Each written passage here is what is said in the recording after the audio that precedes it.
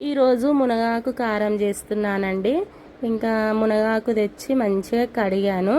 ఇలా మంచిగా నీట్గా కడుక్కొని ఆరబెట్టుకోవాలి. వాటర్ అంతా ఆరిపోయేదాకా ఆరబెట్టేసుకొని తర్వాత మంచిగా ఫ్రై చేసుకోవాలండి. ఆరిన తర్వాత మునగాకును మంచిగా ఫ్రై చేసుకున్న తర్వాత మినప్పప్పు, శనగపప్పు, ఎండుమిర్చి, కొంచెం వెల్లుల్లి, చింతపండు, జీలకర్ర, మళ్ళీ ధనియాలు ఇవి వేసి బాగా డ్రై రోస్ట్ చేసుకున్నాను. ఆ తర్వాత ఇవన్నీ మంచిగా ఆరబెట్టుకోవాలి. చల్లగా అయ్యేదాకా ఆరబెట్టేసుకొని మంచిగా మిక్సీ వేసుకోవాలండి. నేనైతే స్మూత్గా చేసుకున్నాను. మీకు ఎలా ఇష్టమో అలా మిక్సీ వేసేసుకోండి. ఇంతే అండి. కొంచెం ఉప్పు అవి పసుపు వేసి మంచిగా మిక్సీ పట్టుకోవాలి.